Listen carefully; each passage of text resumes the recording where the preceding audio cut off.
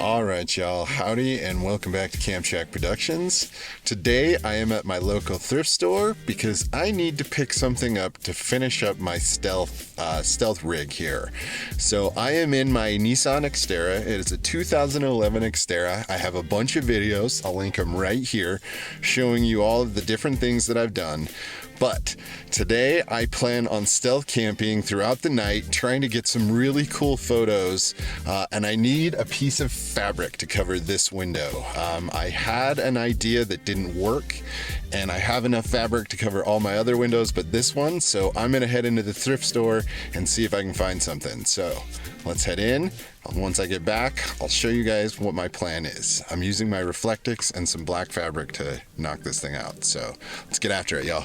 All right, y'all, so I just got done at the thrift store, and what I needed to do was pick up some fabric, because what I will do is I will actually use just my regular foil window blocks, and I take just a piece of black fabric and drape it over them, and what I've found is that, you know, the kind of looser the fabric, the less it looks like there's fabric on something. And this is what I use to block out my windows. But I went to the thrift store and found an old kind of insulated blanket. And I actually duct taped this one onto this window block, so it's permanent now. And I think it's really important to spend a little time figuring out your window blocks and how you can block out the outside. So when people are in a parking lot or something like that, it just looks like somebody's got extremely tinted windows. I do not like the fabric that was chosen here. It's very wrinkly, and you can see this because this sits in my front window where I don't have tint. So you can actually see this in the window. So I need to figure out a different fabric, but that's all trial and error. So once I put up all these blocks, this is what it looks like on the outside. I think it did a pretty good job. Again, when you get around to those front windows, you'll see that you can see the kind of roughness in the fabric. So I got to figure that out. But I'm really stoked with how well it blacked out and made it basically look like I had super dark tinted windows. And then what I was also super amazed by was how much light I actually had inside. I had a ring light, I had a lantern, and walking around the outside of my car in that parking lot at the hospital, you couldn't even really tell that that was going on inside of there. So overall, I'm happy with the way it's stealthed out. Just gonna work on those front windows and find either a looser fabric or something a little different to block out those front windows. And then in my front window, I just use a piece of Reflectix. I just have my, what do they call them? Window savers that you get in your normal car. I just put that out, and then I put some fabric anywhere where I have loose spots, anywhere where there's light shining through, like up in the top near the mirror. There's this little gap that I have to fill. You can probably see it behind me right now. And I just put a piece of black cloth that I drape over it, and it covers that up. And then down at the bottom, there's a gap. And I use packing blankets because they're black and they have multiple uses. And then behind that window shade, I'll just lay the blanket so that it covers up and no light gets through.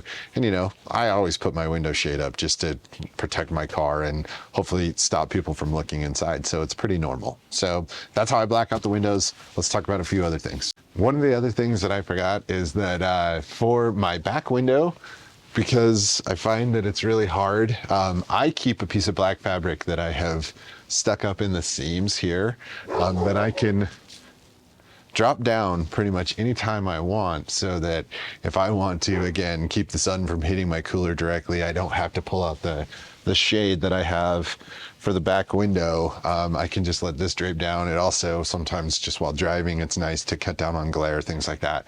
So this permanently lives in here, and then I have a gear net up in the back, and I just take it and I just stuff it up into that gear net so that it stays up in there. So good little trick. I like having it there. It's pretty useful all the time. It's really nice when I have my camera gear and stuff and I just want to kind of drop it down so people can't look directly into the back window. All right, so let's talk about a few of my DIY features. First of them all being my cargo net, which I have just connected with a bunch of bungees on the little interior hooks that came with the Nissan, those little silver hooks right there. And this is great because it holds a sleeping pad, extra blanket. I stuff my black window cover up in there. It's really nice, and it still leaves me enough room up in the cab to be able to sit up. One of the other DIY tips that I have for you is get some moving blankets. They're really great to throw in the back of your vehicle so that you can cover up things when you lay them down. It's really nice when you have tinted windows. When people look in, they can't see the fact, if you have these black blankets, that there might be gear in there. One of the other things that I like to carry is a workman's vest. Post 10 and Steve Wallace gave me this tip. That way, if you ever get in trouble, you could be like, hey, I'm just out here collecting garbage. So just a couple quick DIYs. Let's talk a little bit about lighting and some power options. All right, so before we talk batteries, just real quick, I want to know if you have DIY stealth tips on what you think people can do to black out their windows. Please go down and leave a comment. And if you're enjoying the video so far, I'd really appreciate it if you'd go down and hit that like button. If you think it's not good, go hit that dislike button. Now, let's talk a little bit about some batteries and what I do. All right, so I don't have a fancy jackery or anything like that, but I do have this big battery inverter that I bought a long time ago. I use it, I carry it when I'm out on the road to jumpstart my car, and it also has an inverter, and I can plug in shore power to it. It works pretty good, and I can also charge it while I drive. So I haven't needed a jackery or a battery system like that yet. I would definitely like to get one, but I got to think about it. One of the other things that I carry are, I have just two pretty decent sized power banks, and then another little solar charging power bank that does have mag charging for your phone. And it's also got a bunch of outlets. I use this thing all the time. I don't really charge it with the solar, but good things to plug in while you drive, and really handy to power some of your alternatives when you're stealth camping, things like that. So let's talk a little bit about lighting. All right, y'all, as you saw from that video where I was showing you the window shades, I had quite a bit of light going on in here. And some of the different light sources that I like to use is I have this little lantern right here, which is really actually very cool. It can charge your phone. It's USB chargeable. You can turn it to a lower or a higher setting. I also have this little solar lantern that I recommend everybody go on Amazon and pick up. These things are super handy, really awesome. They collapse, they're lightweight. And because of the Nissan that I have, I'm able to use just Velcro tabs, so I can put this light anywhere that I want inside of the Nissan. And you know, I use those same Velcros to run my reverse cam. One of the other things that I have found recently that I really like are these ring lights. You know, I am really surprised. It's really nice because it's got a clamp that I can mount pretty much anywhere inside that I want. And I can control the power of these lights. I can dim them. I can turn them off really quick. And then I can also turn them back on. And you know, everybody likes that ring light when they're filming their self vlogs, right? But again, it's super handy because you can just move it around, put it anywhere you want. And you know, they're fairly cheap most places. One of the other things that I do is I have an old, this is a reverse bike beacon that puts out a red light that's just a solid red light, and it's a really easy charge and it lasts for a really long time. So when I want to be super stealthy, I'll just turn on that little red light, and it will illuminate everything that I need it to. And also I don't lose my night vision in case I need to look outside.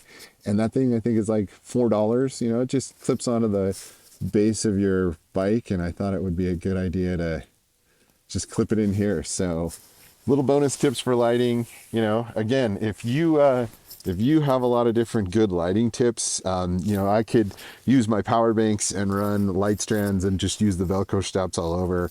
Lots of different ways to light. And what's really nice is by doing all the blacking out, I can have it as bright in here as I want it to be. So pretty nice. That way you can just do things.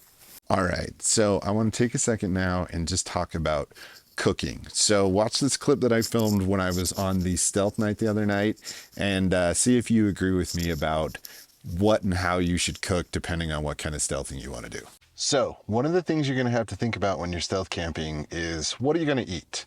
I see a lot of people that will cook, they'll boil water, they'll do all these things, which in some places that's great. But if you truly want to be super stealthy, you definitely don't want to be cooking. You don't want to have the back of your car open. You don't want to have smoke or steam billowing out. Again, the idea of this is to be stealthy. So one of the things I'd highly recommend is pick up a Little Caesars pizza. Little Caesars pizza without the crazy bread, which I did get because I'm gluttonous, but without the crazy bread, hot and ready, is $7.99. One of the Mountain House freeze-dried meals that you have to cook and do all of that stuff is about $9 from Walmart right now.